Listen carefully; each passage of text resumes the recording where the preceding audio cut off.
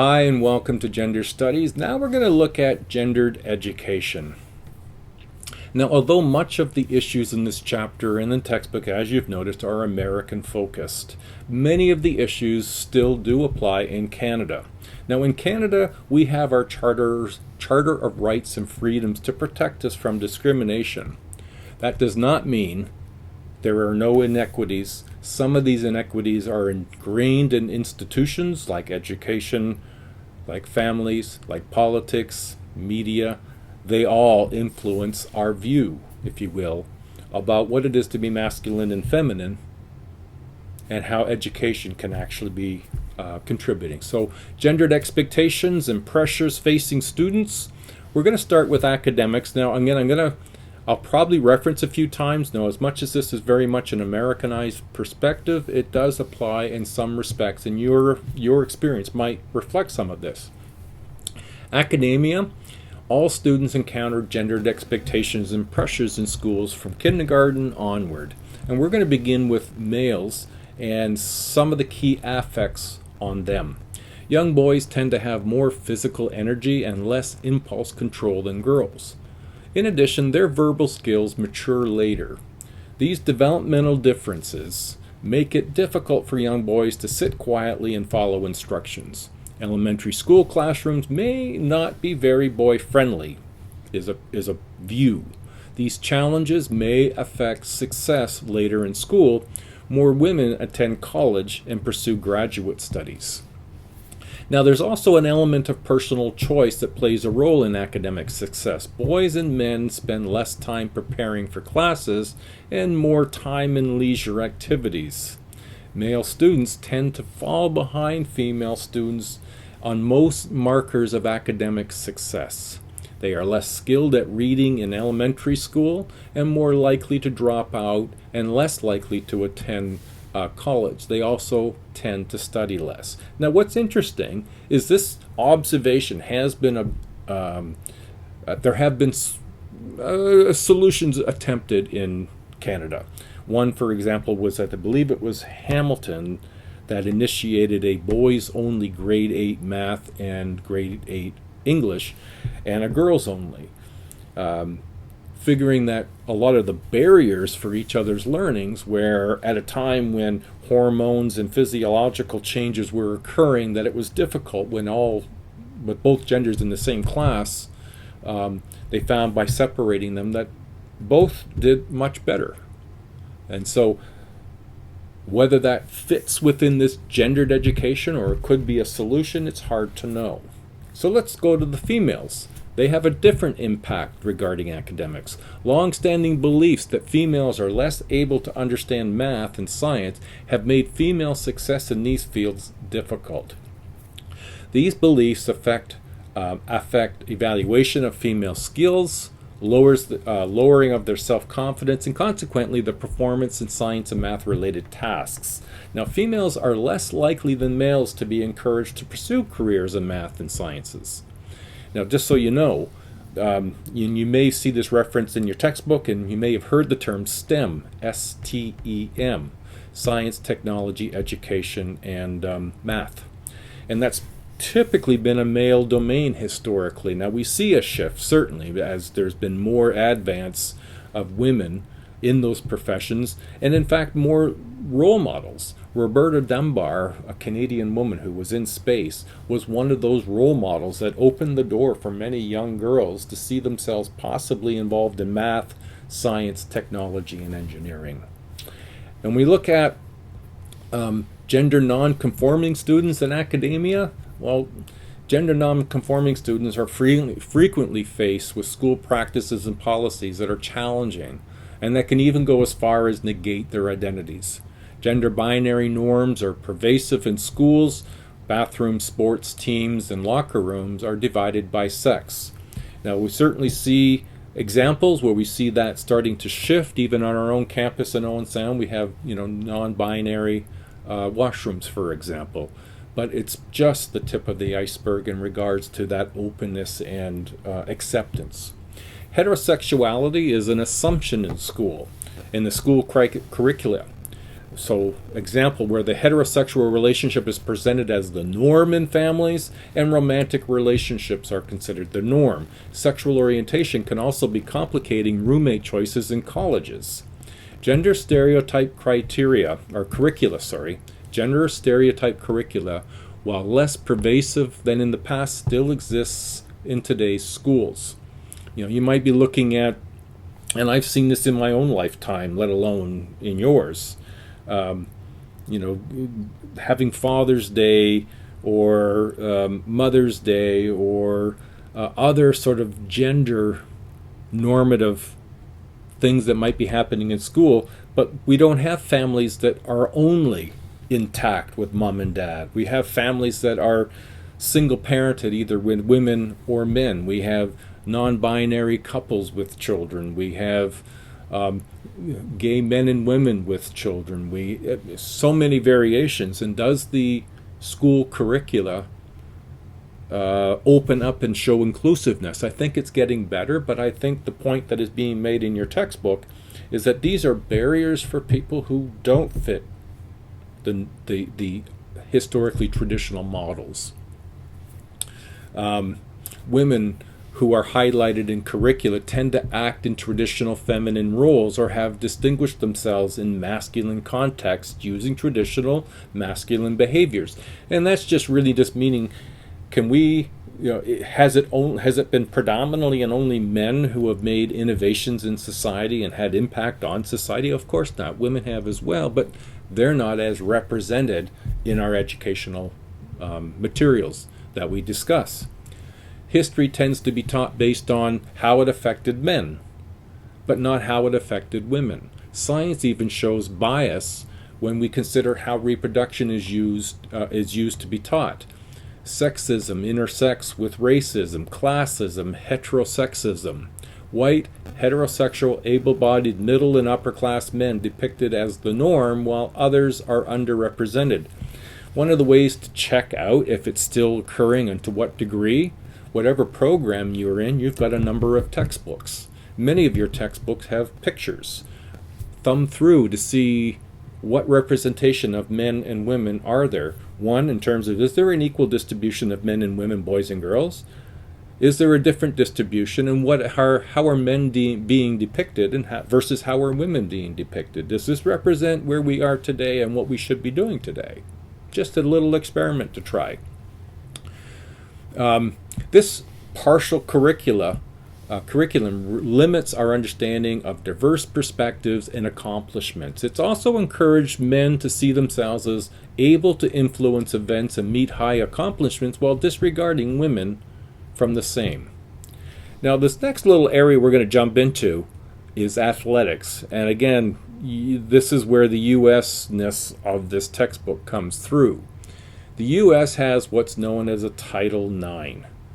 And this is their legislation aimed at providing opportunities and equality for women in athletics at school. Title IX is a part of the reason that women have greater opportunities to participate in athletics. However, male athletes and their coaches continue to receive greater support, including financial support. And if you've ever watched college football, basketball, you name the sport, in the U.S., if you look at men's and women's, there are high school football teams with stadiums bigger than some NFL stadiums and all CFL stadiums, bigger. But you won't find an example of that in the women's world. In fact, women in women's basketball don't make as much money as men do, not anywhere near. And yet it's the same game played by women as versus males. It happens a lot. We see this in Canada as well.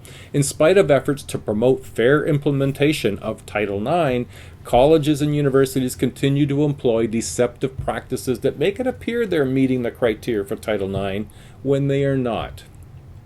Participating in sports while in a school is linked with higher salaries and better health for women and girls. In Canada, it's the charter that help women athletics for all ages. women's hockey and the under-18 hockey, women's soccer and their coach. Their coach, up until just recently, the last year or 2 years ago, was John Herdman. Now, why don't they have a women's coach? Or, why would a man want to coach a women's team? The point I'm trying to make is you don't find women coaching men's hockey, men's basketball, men's soccer. You might start to see them. In fact, you have started to see women involved in the NFL as assistant coaches and trainers. And that's breaking a glass ceiling, if you will. Gender socialization and peers. Well, peer acceptance is higher when children are young and young adults conform to gender stereotypes. Pressures to conform to masculinity are stronger for boys than the pressures for girls to conform to femininity. Now, boys are expected not to show signs of femininity, and during college, male peers often encourage one another to engage in risky drinking and sexual behaviors to embody the extreme versions of masculinity. I'm not sure if you were aware of the kinds of issues associated with that at different universities and colleges in Canada, where during the September entry into colleges and universities in Canada, there had been, up until even just, I think, 5 years ago, and I think it's even more recent than that, where they were promoting in the men's residences, the men's part of the campus, if you will, that no means yes. And so this promotion of something that's quite, inappropriate is being promoted as being at school because this is the pressure to conform. Pressures to conform to femininity are apparent. Female peer groups reinforce feminine identity in most girls. Women and girls encounter sexual objectification and harassment from male peers and adults much more frequently than it is ever done in the other way around. Undergraduate college women reporting feeling compelled to achieve what is known as effortless perfection, to be beautiful, fit, popular, and without any visible effort to achieve all of that. Undergraduate women felt overwhelmed by the thought that they should be perfect in all realms of life. And this isn't new. I mean, the term of superwomen has been coined since the 60s, when the expectation for women was to be the perfect housemaker, dress to the nines when they greet their husband from coming from work, be the parent, be the social convener, be the entertainer. I mean, they had to do all this balancing, and it was meant to be done without effort or appear that way. That was their expectation, of them. College women are also socialized into a culture of romance that emphasizes desirability to a male partner over academic achievement and intellectual development. It's been seen across Canada and the U.S. that there's an expectation for some women that when they attend post-secondary, their intention is less academic and more about finding a mate. And that pressure takes away from the ability of that woman to forge and map their own path in life. Gay, lesbian, and transgender students also face peer pressure. Pressure to conform to conventionality and conventional gender identities can be much greater for LGBT students, including the use of bullying. Bullying is a frequent experience for the LGBT students at colleges and universities, yet very few American schools have LGBT inclusive policies in place. Canada, we see that shift happening already. Same-sex educational programs. Some believe that same-sex educational programs may help negate some of the problems associated with gendered curricula. Some statistics show promising results for graduates of single-sex programs. Critics state a better solution is to ensure that teachers of all schools treat all students equally, since single-sex schools tend to be private and they charge a fairly hefty tuition. So in the school system, we can look at it in two sides. There's the students in school, but we can also look at faculty or in education, and therefore the gendered expectations and pressures facing faculty. Now, some of this is different from Canada to the United States in how faculty are hired and the process by which they get entrenched in education. Schools are also workplaces, and so it's important to explore gendered attitude and practices that affect employees. And we can look at gender hierarchies where almost all high school and elementary school teachers are female. Most administrators and superintendents are male. Now in Canada that has been shifting. 3/4 of full-time professors at American colleges and universities are held by males. Female faculty earn 80.6 cents for every dollar a male faculty earns. Men also are highly outnumbering women in chief administrative positions. Now, in Canada, where it's slightly different is that faculty aren't hired being able to achieve different incomes. For the most part, you're hired at a level and then you make your way up through time equally. So someone who's a woman who's been teaching as long as I have, will be making the same amount of money as I have. That won't change. I think in the US it's different. The proportion of male and female faculty and the lack of diversity affects students by limiting available faculty role models.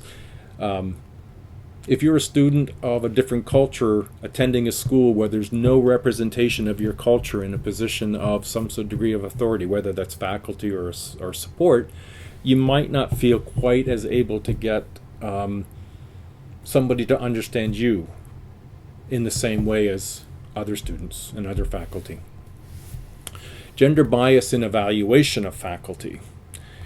Women and minorities are more likely to be hired when the selection process is blind with respect to applicant sex, race, or other characteristics. Gender bias in evaluations has material consequences. Discrepancies between salaries can occur. Again, that's in the US. Now, there's 3 major sources of bias against women faculty who have been identified by researchers. The first, women's performance tends to be more strictly scrutinized than men, making it harder for them to be perceived as competent. Secondly, men have to give a stronger demonstration of incompetence to be judged by others as incompetent. They're given more slack, if you will.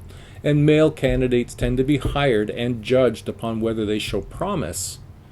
Female candidates tend to be judged on accomplishments by which may influence hiring decisions. Now, these forms of subtle discrimination are called the invisible hand of discrimination, or the unwitting discrimination in applying policies that are not inherently biased. These policies aren't written, but they are held. Gendered policies and expectations. The policies are based on outdated family model in which the man is employed outside the home and the woman works within the home. Male faculty members tend to be evaluated for their skills and ability, whereas female faculty tend to be evaluated for their gender performance. Now again, this may not hold as much truth in Canada because our systems are different. For female faculty, there's what's called the tenure clock. During the early years of an appointment coincides with the time many women are expected to have children. The standard 6-year tenure clock does not allow adequate time for one or more pregnancies, childbirth, and recuperation and child responsibilities. Thus, the tenure clock is disproportionately penalizing women faculty. Male faculty members who choose to be active parents and sometimes penalized professionally. Some male faculty members do not ask for parental leave for fear it will undermine their careers. Service expectations for female and minority faculty tend to be greater than those pressures on white males. Since faculty committees are expected to be diverse, women and minorities are asked to serve on more of them. Women and minorities may also be asked by students for help because of the role of females in education, and have been that way historically. I know this has been a tough chapter, and because it's very much more Americanized, the questions for any test will certainly reflect the textbook, so that will be a bit easier for you, I think. Thank you very much. Good luck, and we'll see you next week.